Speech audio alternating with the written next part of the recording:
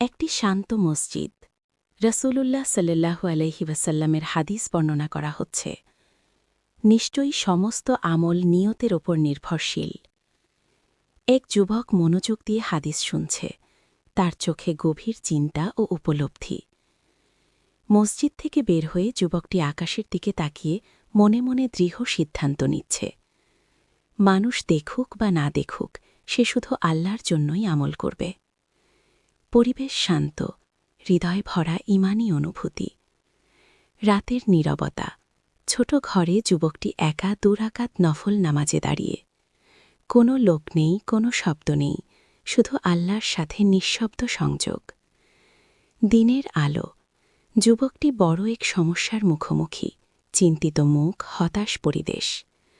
চারপাশের মানুষ আশা হারিয়ে ফেলেছে, পরিস্থিতি খুব কঠিন।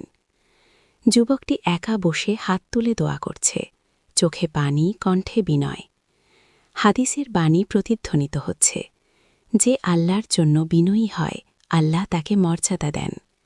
হঠাৎ পরিস্থিতি বদলে যাচ্ছে, যুবকের মুখে স্বস্তি ও কৃতজ্ঞতার হাসি। মানুষ অবাক হয়ে তাকিয়ে আছে, আল্লাহর সাহায্য স্পষ্ট।